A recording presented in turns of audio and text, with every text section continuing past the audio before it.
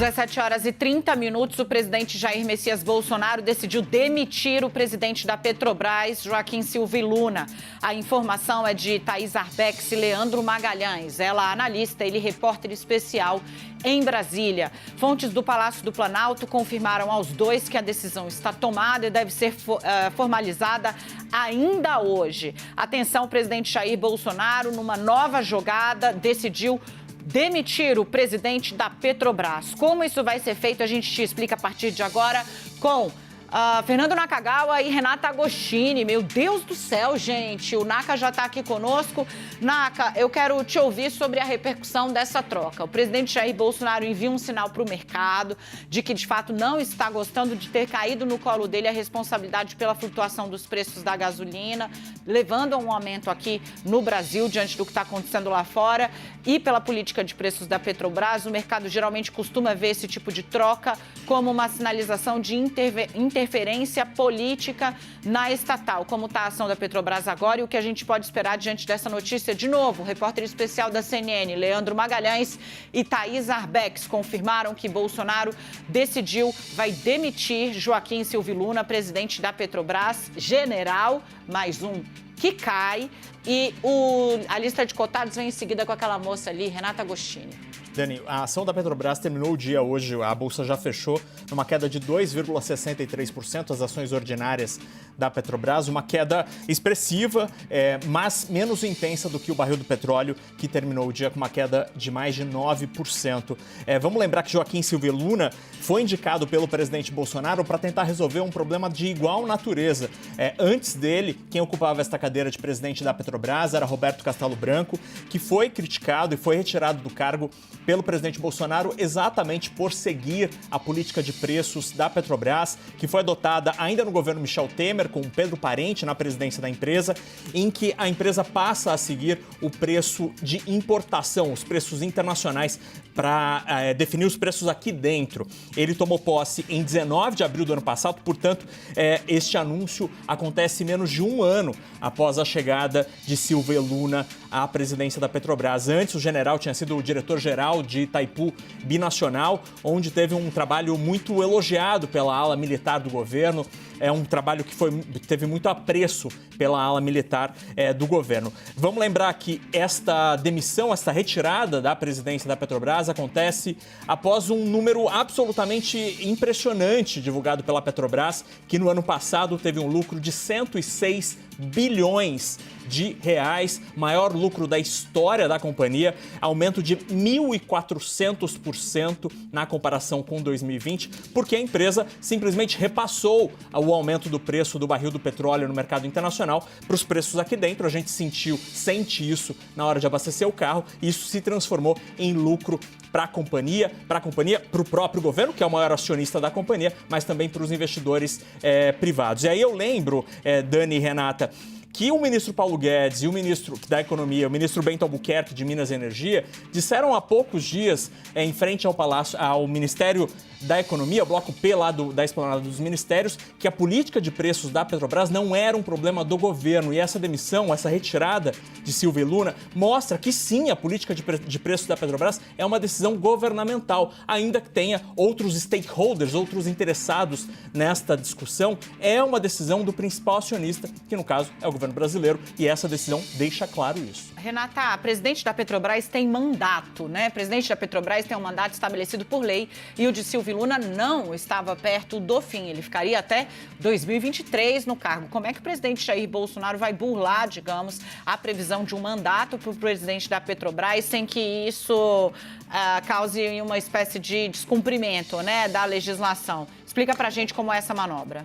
Pois é, a manobra que está, então, ali na mesa para ser feita é uma troca que passe pela janela agora de confirmação pelos acionistas da Petrobras do novo conselho de administração da empresa. Gente, no dia 13 próximo, então, os acionistas da Petrobras, isso incluindo o governo, mas também os demais, eles têm de referendar os nomes para o conselho de administração. O conselho de administração é um grupo que tem representantes dos acionistas diversos e que é encarregado de fazer a supervisão do andamento da empresa. Então, há uma indicação do governo para colocar na presidência desse conselho de administração o nome de Rodolfo Landim. Agora, no que se coloca essa lista dos integrantes do conselho, haveria ali uma brecha, que qual é? Não colocar o nome do presidente, do atual presidente da Petrobras nessa lista, porque o estatuto da Petrobras, ele prevê que o presidente da companhia tem de fazer parte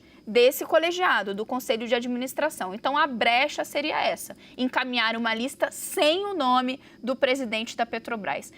De qualquer forma, o que é mais significativo nessa mudança, continuando aqui no que Nakagawa nos apresentava, é o governo fazendo valer a sua vontade, deixando muito claro para o mercado e para os acionistas que o descontentamento do presidente, caso o mandatário ali, o mandatário da estatal, o dirigente que ele colocou não siga a cartilha dele ou siga o irritando, que é o que aconteceu mais recentemente, haverá uma consequência. A pergunta que fica é: como achar um nome que agrade ao presidente e agrade aos demais acionistas? No caso, agrade ao mercado, que vai precificando por meio das ações a própria companhia. Essa é uma mágica que ainda é difícil de visualizar, porque para atender aos interesses dos acionistas privados, teria de haver um respeito à política de preços da Petrobras, e não é o que o governo parece querer nesse momento.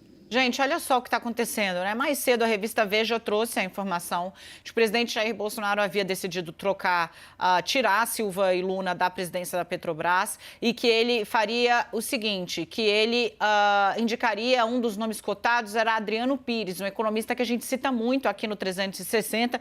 Eu perguntei para ele silencioso está, Adriano Pires. Mas tem outros nomes na mesa, né, Nakagawa? Por exemplo, o presidente do Flamengo já foi colocado aí como uma opção para a Petrobras. A grande pergunta que eu te faço é: qual é a importância, né? Que tipo de perfil a gente precisa esperar? Adriano Pires, por exemplo, é uma pessoa que sempre defendeu preço em paridade com os preços internacionais, que essa política de tentar mudar o preço do combustível na mão é uma política equivocada. Isso seria uma boa sinalização para o mercado, mas atende o que Bolsonaro quer? Aparentemente, não.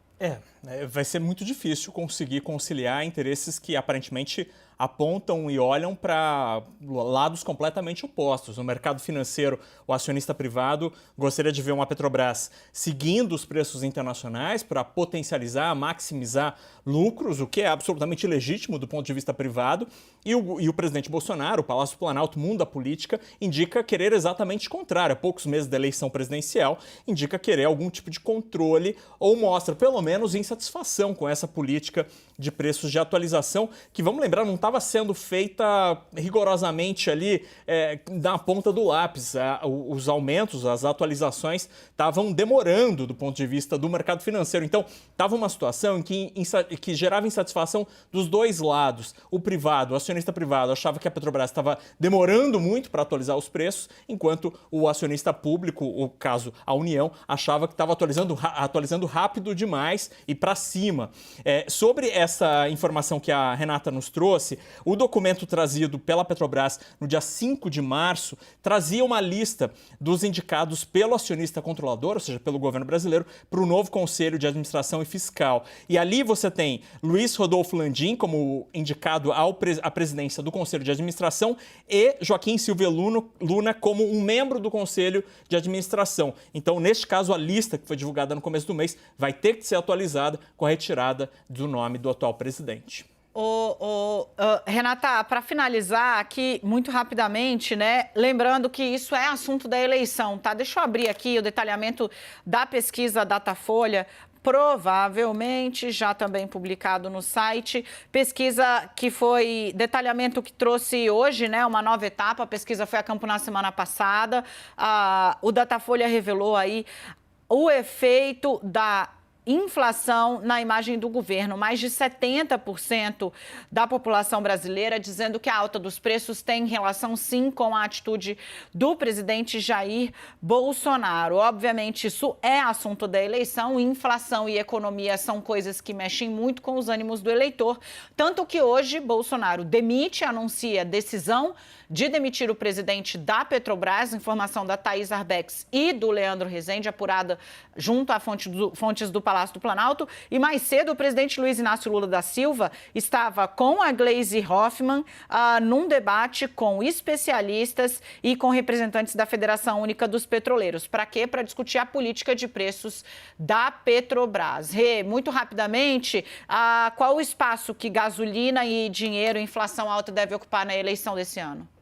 Enorme, todo ele quase, é o principal assunto. A gente virou o ano com ainda uma preocupação remanescente das pessoas com a pandemia, mas isso já está deixado de lado, segundo as pesquisas. Então, Dani cita o Datafolha, gente, mas pesquisa IPESP anterior mostrando que a inflação poderia ser uma trava nesse crescimento do presidente, né, que conseguiu ali reduzir sua rejeição, reduzir eventualmente a distância dele para Lula no segundo turno, nas projeções de segundo turno. Pesquisa Genial Quest, que veio antes, mostrando que disparou a preocupação da população com a economia e apontando que os entrevistados elencavam a economia como o principal problema do país. Então, essa indicação que os auxiliares do presidente já tinham, que esse tema iria explodir nesse ano, se confirma agora nas pesquisas. E a inflação, notadamente o preço do combustível, a inflação acaba sendo ali o principal elemento nisso, porque o desemprego está alto e segue sendo resiliente, mas no momento em que as pessoas veem o poder de compra desabar, isso causa um descontentamento ainda maior. Olha, para fechar, tá? Gente, a César o que é de César. Leandro Magalhães, é que eu sou tão acostumada a chamar meu muso do catete, errei. Leandro Magalhães apurou a informação e Thaís Arbex também. Vem deles a confirmação, o presidente Jair Bolsonaro vai trocar o presidente da Petrobras. Para a gente ter uma ideia disso que a Renata estava falando, dando nome aos bois aqui, né? O presidente, o cientista político que é responsável pelo IPESP, o instituto que primeiro apontou a recuperação de Bolsonaro e também trouxe ali a trava imposta pela inflação, Antônio Lavareda é o nome dele. Ele publicou uma análise comentada da pesquisa e o título dela é a seguinte: medições quinzenais, ou seja, o IPESP vai a campo de 15 em 15 dias, mostram que o medo da inflação dispara, interrompendo a recuperação de Bolsonaro, esboçada entre janeiro e o início de março. É a economia, sim, ditando os rumos da tomada de decisão no Palácio do Planalto, de olho na eleição de 2022.